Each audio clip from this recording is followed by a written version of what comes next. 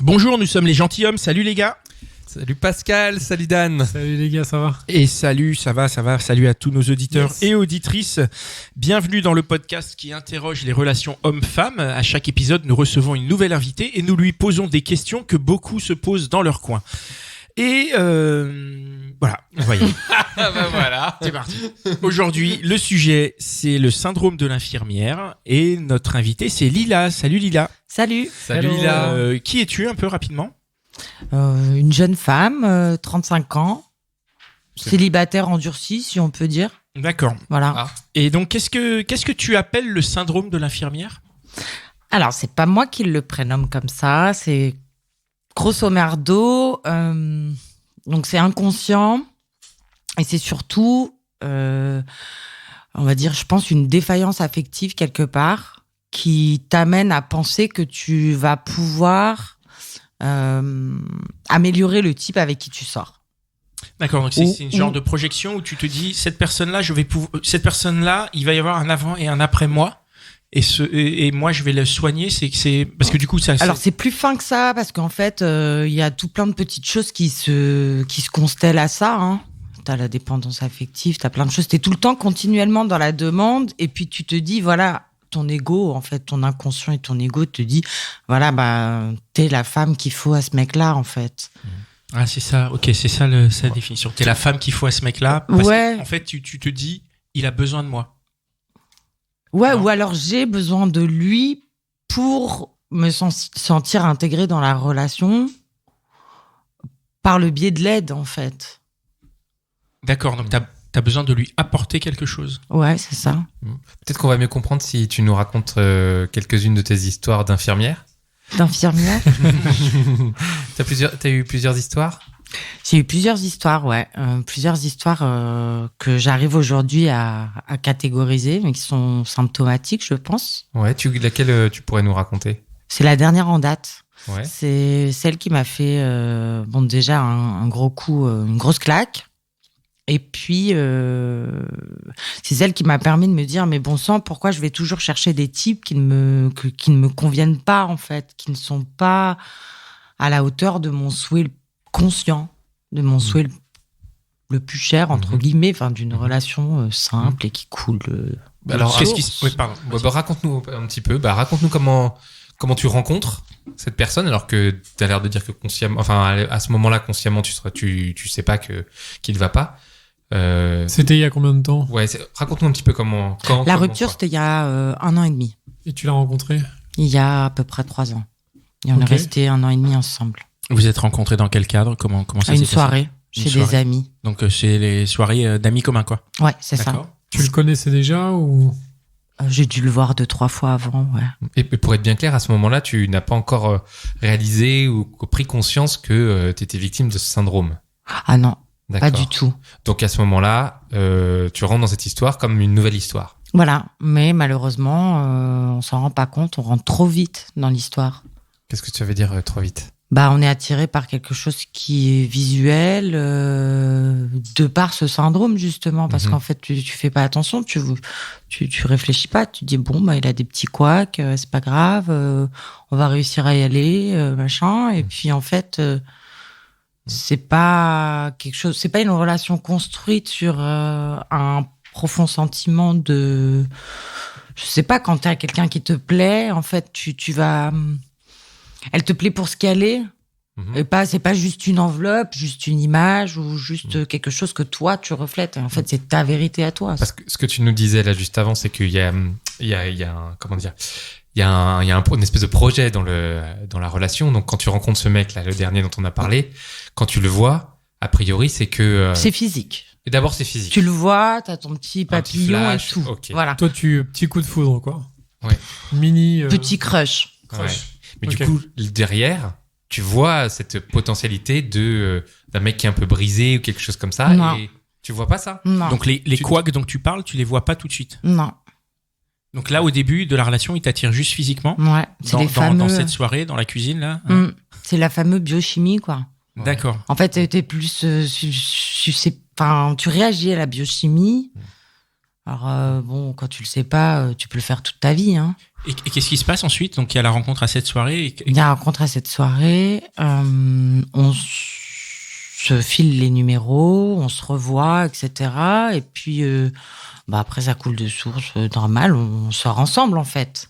Et là, toujours pas de couac, toujours pas de révélation. Donc, toujours pas d'image. Parce que ce que je veux dire, c'est qu'entre la période où vous vous rencontrez à cette soirée et la période où vous concrétisez, le chemin est pas, il y a pas de moment où tu te dis, pas consciemment, mais il y a quelque chose à réparer, quoi. Non. D'accord.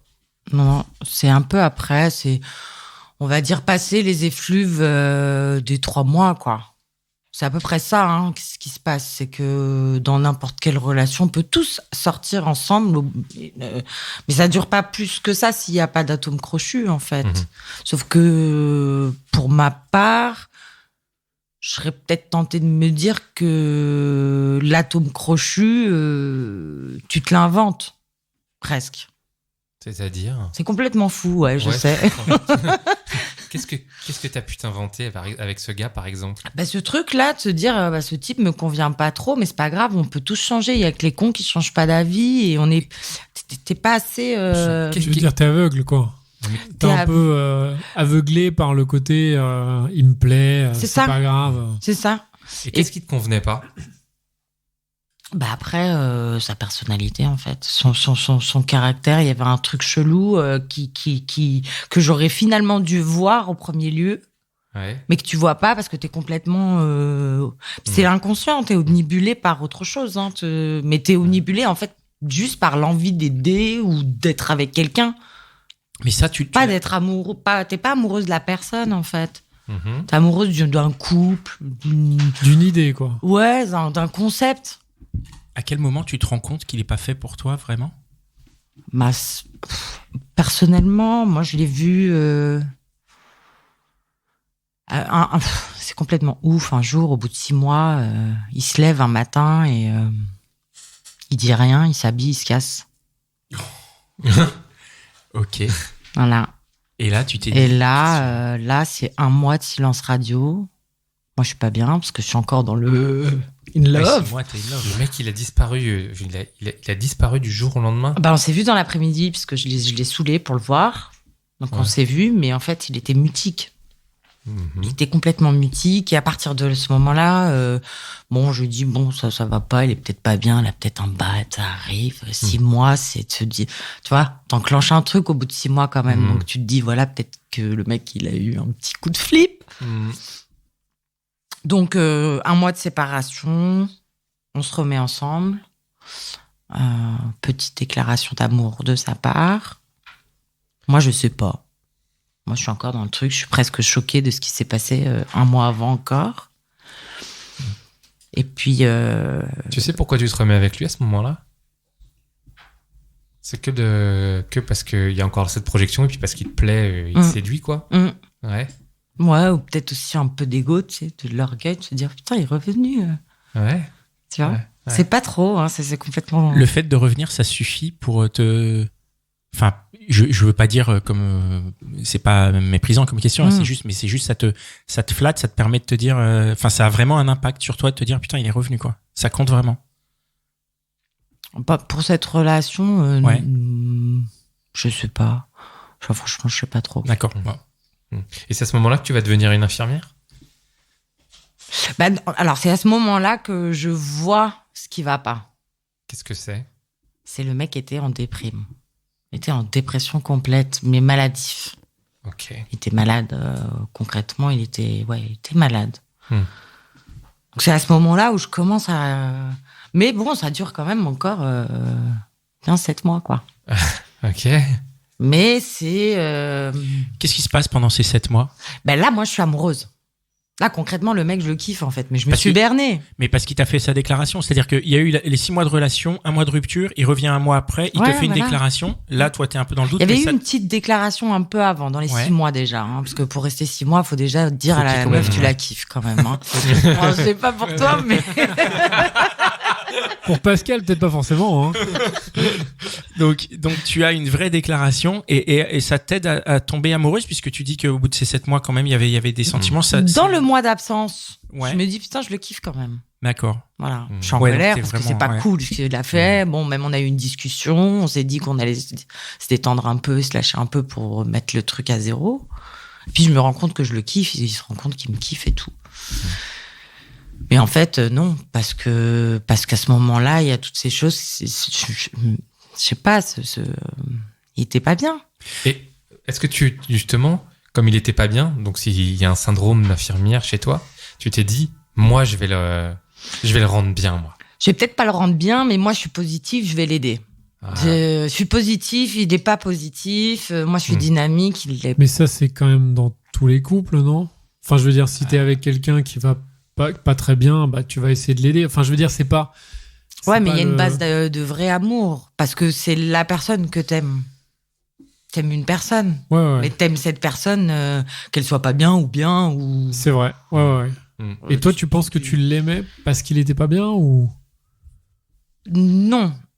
C'est inconscient déjà, hein, toutes ces choses-là. Faudrait que tu me reposes la question, en fait. Peut-être qu'il n'y a pas de réponse, hein, mais Ouais. en tout cas, t'étais amoureuse de l'idée du couple et de l'idée de ce mec qui te plaise, enfin qui te plaît. Alors, j'étais amoureuse de ce type-là, mais concrètement, bon, ouais, concrètement, il y avait ce truc qui me dérangeait, en fait. c'était la réalité, elle répondait pas à l'idée, quoi, au fantasme, à l'idée. Ouais. Ça te dérangeait, mais c'est quelque chose que tu voulais résoudre. C'était un espèce de challenge. Ouais, que je pensais pouvoir résoudre. Ou pas que je pensais, mais ouais, c'est ça. Tu voulais le résoudre. Enfin, c'était parce que du coup, le syndrome de l'infirmière, c'est quoi? C'est de se dire, il est en dépression. Tu sais pas. Mais on se kiffe, mais je veux. Enfin, Voilà, maintenant, je veux dire, maintenant qu'on est avec le recul pour en parler, je comprends bien que c'est pas quelque chose que tu te dis pendant ce temps-là, mais dans les faits, ça veut dire que ce type est pas bien, mais grâce à moi, il va l'être. Ouais. Si on schématise, c'est un peu ça. Le type est. Il est pas bien. Alors lui, il était pas bien, mais ça peut être autre chose. Ça peut être un alcoolique, ça peut être. Dans ton cas, c'était. Tu dis c'est une dépression. Qu'est-ce que tu as fait pour en quoi ça s'est matérialisé ce côté infirmière justement? Qu'est-ce que tu as fait pour qu'il aille mieux puisque tu lui disais t'apportes du positif et tout? Ça consistait en quoi? C'était quoi votre relation après cette première rupture entre guillemets? On a essayé de beaucoup parler, etc. On a essayé de se faire un voyage. Mais c'était toujours des solutions, en fait, d'essayer d'apporter des solutions. À ton initiative, donc. Bah ouais, en fait. Ouais, parce que t'as dit essayer en plus. Ouais. Essayer de partir en voyage. Ouais, on n'est pas partis. C'est avec le recul que tu dis ça, sur le moment. Ah, vous êtes carrément pas partis? Ouais, on avait les billets et tout. What? Pourquoi? Pourquoi vous êtes pas partis? Bah parce que à ce moment-là, on s'est quittés, quoi. À l'aéroport? Non, heureusement. Parce que franchement, aller jusqu'à Orly. autant se quitter à la maison, quoi. C'est plus simple. C'est plus rapide. C'est plus rapide. Ouais. Alors attends, parce que vous quittez, c'est toi qui le quittes? Ouais, je crois. Ouais. Parce que t'en pouvais plus? Ouais. Mais là, on est à la fin de la relation? Ouais, là, on est à 1 an et demi. Ouais. Donc pendant 1 an et demi, tu essayes. Ouais. Bah, en fait, au début, t'es content. Donc tu te dis c'est dynamique, c'est bien, on fait des trucs et tout. Puis moi je vous ai dit je suis active, donc un concert, un bar, des potes, une soirée, un truc, un vernissage, une expo, enfin je sais pas, et puis effectivement à un moment donné tu te dis putain mais merde c'est toujours mon initiative. Et puis moi, j'essaye d'être enjouée même si je suis pas très bien, quand t'es avec la personne, t'essayes de pas trop impacter ton mal-être dans le moment présent, en fait. Et puis, non, en fait. Non, si, ça t'a usé. Ouais. Tu peux nous raconter un peu? Comment? Ça m'énervait, j'en pouvais plus. Je le supportais plus. Parce qu'il te suivait pas, parce qu'il était pas actif, parce que pourquoi? Ouais. Bah c'est ça, parce qu'il était mutique, il parlait jamais, et ça me saoulait. Et puis voilà, ouais, il y avait pas de proposition, ça allait pas de l'avant, et lui, il allait en arrière en fait. Lui, il était déjà, franchement, il avançait pas. Moi, ça avançait pas. Et toi, tu tu essayais de faire avancer les choses. Donc toi, tu lui parlais, toi, tu lui faisais des propositions. Comment il réagissait? Quelle était, c'était quoi sa réaction à tes propositions? Quand tu parlais, par exemple, en fait, il te laissait parler toute seule pendant des heures, en fait? À la fin, ouais. Et j'en ai eu marre, en fait. Mais il faisait quoi, concrètement? Enfin, moi, j'ai du mal à visualiser la scène. C'est très compliqué. Vous habitiez ensemble ou pas? Non. On se voyait de temps en temps. Alors, on parlait, on rigolait, on s'amusait, on faisait des sorties, hein. Mais de son initiative, il n'y avait pas. Mais vous voyez où? Partout.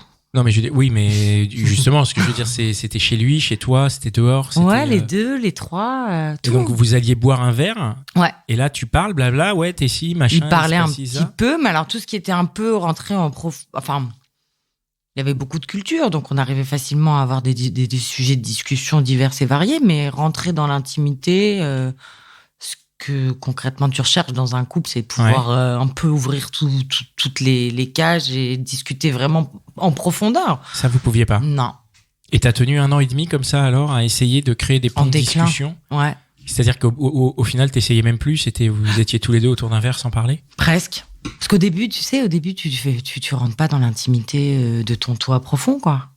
Les 6 premiers mois, concrètement, t'es un peu dans les effluves de la ferveur du truc. Déjà, tu couches tout le temps, tu vas boire des coups, tu t'amuses, etc. Et puis, à un moment donné, où quand tu rentres dans le sérieux, là, t'as besoin de te poser avec ton mec et de te mettre sur un canapé et discuter pendant des heures de choses, ton passé, de choses, tes introspections, tes méditations, toutes ces choses concrètement que t'as envie de partager avec l'intimité de quelqu'un. Mais ça, il n'y avait pas. Et moi, ça me dérangeait. Et puis, j'ai essayé de creuser, d'en parler avec lui et ça n'avançait pas. Donc, ça a été compliqué. Et même au lit, c'était à toi après de prendre l'initiative tout le temps? Non, ça va, j'avais de la chance. C'était cool. Ah, il était. Il prenait les initiatives quand même. Il prenait, alors juste au lit, quoi. C'est marrant, ça. C'est une bonne question, en plus, que tu me dis là, parce que franchement. Et qu'est-ce qui fait que tu restais avec lui, du coup? Je m'entendais bien avec lui. Mais comme un pote à la fin. En fait, ce qu'il faut comprendre, c'est que ce type était en dépression. Donc, c'était compliqué, finalement. Mais comme moi, j'ai envie d'être gentille, de me dire... je l'ai appris un peu plus tard qu'il était en dépression dans la relation. Justement, au bout des 6-7 mois. Un mois après qu'on se soit remis ensemble. Et c'est... Il a fait comment? Il t'a dit, je suis en dépression? Ouais. Ah ouais. Ouais, c'est ça. Et donc, du coup... À force de pas réussir à le sortir de la dépression, t'as lâché l'affaire. Ouais, je me suis lassée. Ouais. Et comment ça s'est terminé, alors? Tu lui as dit que t'en avais marre ou t'as feinté Non, moi je suis franche, donc j'y vais pas par 4 chemins. Ouais. Donc non, on a eu des discussions. On a fait un essai de voyage. On est parti une semaine en Vendée et ça a été le couperet, quoi. Ça a sonné le là, hein, franchement. C'était pas possible. J'ai tout fait pendant les vacances. C'était incroyable, ça. De tout, de la tomate au ménage, en passant par laver les maillots de bain. Est-ce qu'il voulait rien faire? Il faisait rien, je sais pas s'il voulait ou il pouvait, mais il faisait rien, il y avait rien. C'était un passif total. C'est pas... Ouais. Et donc tu l'as quitté une bonne fois pour toutes? Ouais, je l'ai quitté une bonne fois pour toutes. Et alors comment c'est cette histoire qui t'a fait réaliser que t'avais été une infirmière dans cette relation-là et dans d'autres relations avant? Je me suis dit que j'en avais marre d'avoir des types à problème. Et qu'en fait, c'était toujours des types à problème. Ah oui, donc t'as identifié le pattern, quoi. T'as identifié le fait que t'avais toujours des types à problème. C'était quoi les problèmes? Donc on a eu un dépressif. Dépression, pas mal, ouais. Ouais, on a eu un dépressif, on a eu un pervers narcissique, mais ça c'est un des premiers au tout début dans ma jeunesse. Ok.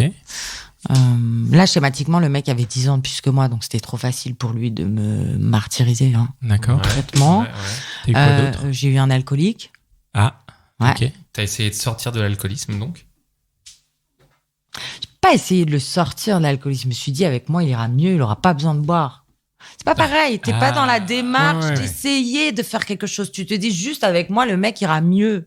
Ouais. Alors toi, t'es gentil, tu donnes et tout, machin, t'es jovial, tu fais plaisir et tout, mais en fait, non, c'est pas le but de la relation. C'est pas le truc, c'est pas le schéma qu'il faut avoir de se dire, voilà, je vais donner et puis j'attends en retour quelque chose, parce que concrètement, ça se passe pas comme ça, quoi. Ouais. Quand toi, tu donnes, quand tu, par exemple, avec la personne alcoolique, quand tu essaies de lui apporter ça, tu sens que tu penses que tu fais pour lui ou tu fais pour toi? Aucune idée. Tu penses faire pour lui, mais aucune idée, en fait. Est-ce qu'il n'y a pas peut-être une question d'orgueil ou d'ego ou quelque chose de te dire, bon, moi, je vais le sortir, ce mec, et puis ça va me... il y a du narcissique. Ça, c'est narcissique, mais non, parce que je suis pas du tout narcissique.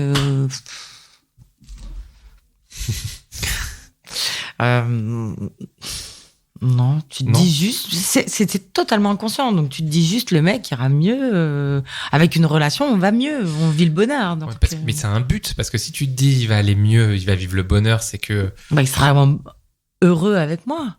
Et donc la finalité c'est d'être dans un couple à deux heureux. C'est ça la finalité à chaque fois. C'est ça. Ouais. Alors je pense que la démarche est correcte, elle est saine. Mais l'action pour cette démarche-là, elle est pas correcte. C'est pas la bonne. C'est pas les bons mecs. C'est pas les bons mecs, ouais. Ouais. Et puis c'est pas la bonne démarche, quoi.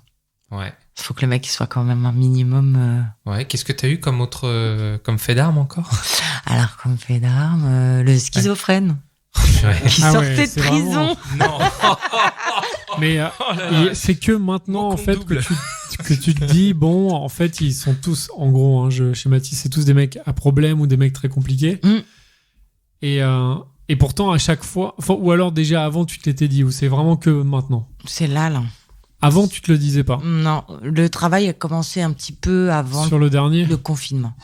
Avant le confinement, donc même pas sur la dernière relation. Ouais, c'est un travail inconscient, donc tu travailles là-dessus inconsciemment. Déjà, tu te dis pourquoi ce schéma-là. Bah là, c'est conscient, là, puisqu'en plus, t'es arrivé vraiment à avoir cette réflexion. Pourquoi ce schéma-là? 55 jours de méditation. C'est bien. Et tu as la réponse? Pourquoi ce schéma-là? Sûrement un père absent et une mère autoritaire. Tu es allé voir un psychiatre, un psychologue ou je sais pas, non.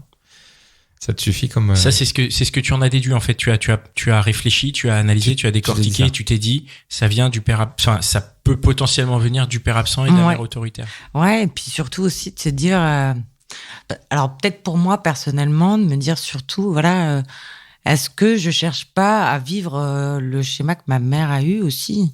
Parce que ta mère aussi est sortie avec un schizophrène? Non, un alcoolique. D'accord, alcoolique. Un peu violent. D'accord. Et toi, tu as été témoin de ça? Tu as vu... J'étais trop petite pour J'avais 3 ans. D'accord. 2-3 ans quand il est parti. Donc de 0 à 3, sûrement, oui.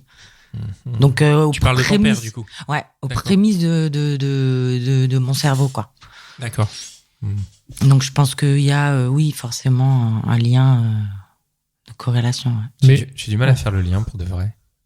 Parce que c'est totalement imperceptible. C'est-à-dire que en fait, c'est des choses dont tu as été témoin entre tes 0 et tes 3 ans qui sont au fond de toi, mais que tu peux pas... tu sais, t'as pas mal de scientifiques qui, aujourd'hui, et il y a aussi Boris Cyrulnik qui l'explique bien, c'est qu'en fait, dans nos gènes, on a les histoires de nos grands-parents et de nos arrière-grands-parents qui sont marqués en nous, en fait. Je pense qu'il y a ça aussi. Moi, j'ai une grand-mère qui a vécu un passé complètement dingue. Donc, je pense qu'il y a ça aussi. Mais voilà, c'est complètement... Je pense que, génétiquement, on est marqué sur certaines choses. Hein. Et donc, c'est... OK. En tout cas, on va dire la bonne chose dans tout ça, c'est que tu as fait un bilan. Ouais. Et aujourd'hui, en fait, tu te dis, OK, là, je suis dans une situation où j'ai répété toujours la même chose. Aujourd'hui, j'ai envie de changer. Ouais. C'est ça, non? Ouais. Et du coup, donc le prochain... Enfin, comment ça se passe aujourd'hui dans ta vie? Alors déjà, je prends mon temps. Ouais. Je veux pas me précipiter, même si je trouve un type mignon. C'est pas la base, honnêtement.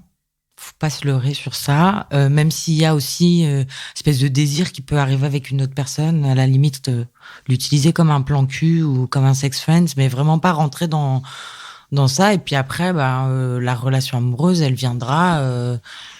je pense quand le mec il y mettra l'effort, mais vraiment ce sera à lui de ramer un peu de montrer qu'il a envie. Ouais, et puis de montrer que ça colle. Hein.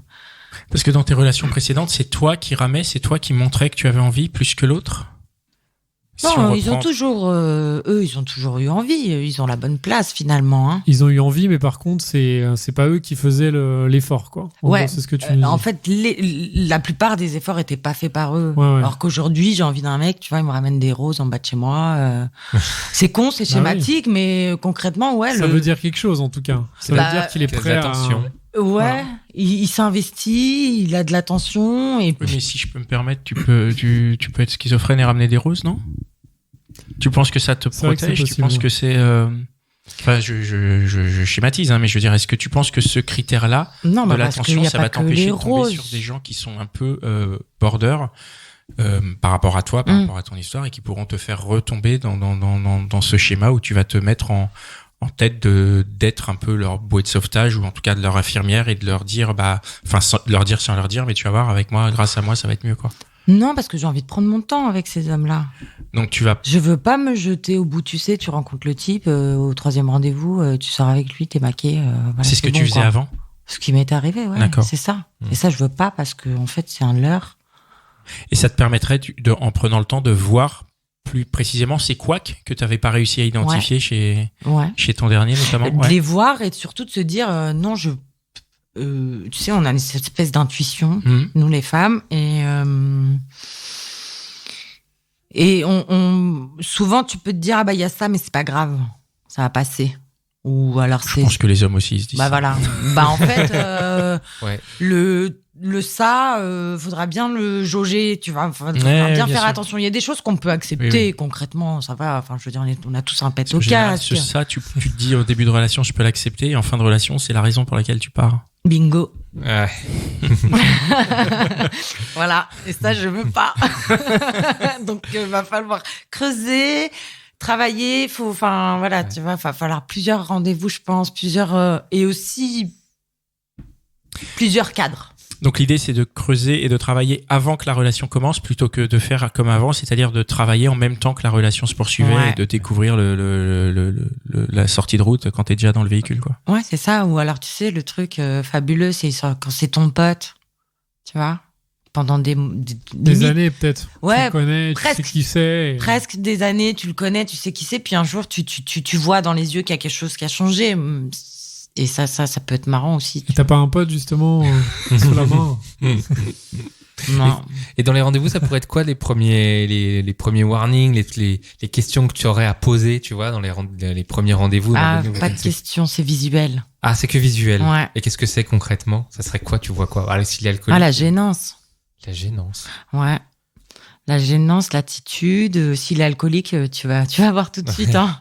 Ça, voilà. T'as des indices pour repérer les alcooliques, ouais? Enfin, je sais pas, moi, je crois pas que... Ah, pardon, ok. Vas-y, dis là. Qu'est-ce qui fait que... Ah bah, les indices, en général, l'alcoolique, il boit beaucoup plus que toi. Toi, t'es au premier verre, il en est déjà peut-être au 2 ou 3e, tu vois. Ça peut être déjà un indice. Okay. En fait, tu sais, en psychologie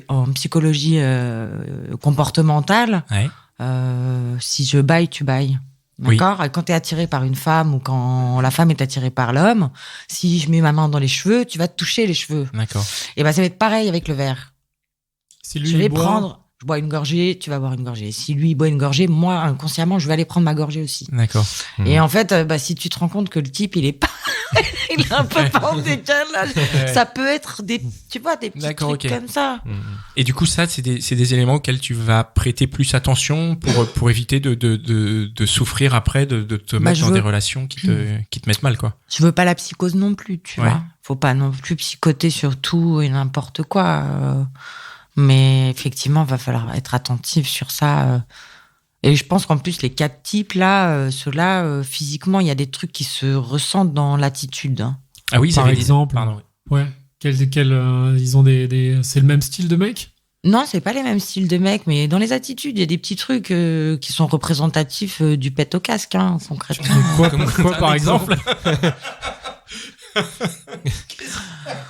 C'est quoi par exemple?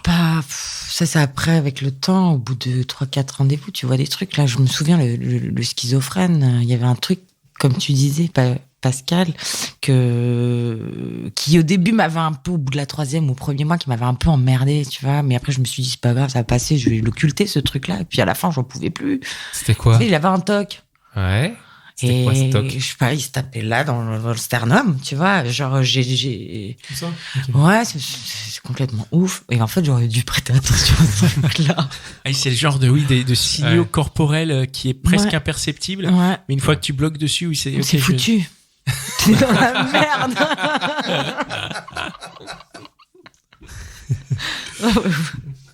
Bah ouais, parce que tu bloques dessus. Le mec, il a un TOC, il bloque déjà lui-même dessus. Et puis toi, ça t'agace, donc tu bloques dessus. Puis surtout les révélateurs d'autres choses, a priori, c'est ça que tu veux dire. Oui, le TOC, c'est complètement révélateur d'un pète au casque. Hein. Ouais.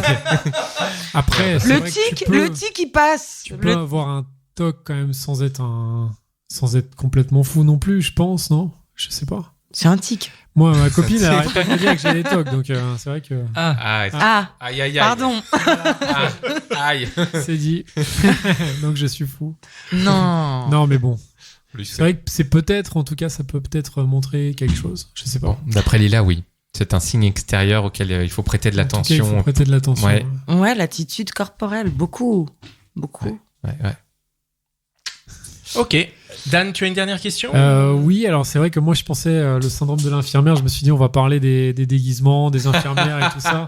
T'aurais aimé, hein? C'est donc un autre sujet. Et j'aurais pu raconter une anecdote où j'étais tombé amoureuse d'une infirmière, mais c'est pas grave. Et du coup, était-elle vraiment infirmière, puisque tu as aussi parlé de déguisement, donc C'est vrai. Bah écoute, je te propose qu'on en parle dans un prochain épisode. Les déguisements. Voilà. Okay. Et les infirmières. Et les vrais. Eh ben merci beaucoup, merci Lila d'être venue t'exprimer, c'est toujours un plaisir. Pardon, je voulais juste rajouter un tout petit truc. Okay. Dans le feu de l'enregistrement, j'ai un petit peu simplifié, j'ai dit infirmière au lieu de syndrome de l'infirmière. Ah, ok. Voilà. Ok. Bon, bah, ce n'est pas bien grave. Merci les gars, merci Mitch. Thank you, Mitch. Merci à Cynthia et Sabine qui nous accompagnent dans cette aventure des gentilshommes, et merci à vous, vous qui nous écoutez, qui nous suivez sur lesgentilhommes.fr, à vous qui nous suivez sur Instagram.